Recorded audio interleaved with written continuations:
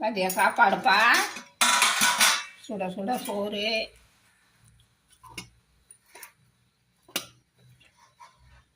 சுட சுட சோறு,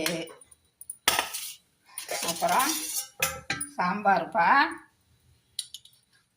மாங்காய், முருங்கைக்காய் எல்லாம் போட்டு ஒரு சாம்பார்.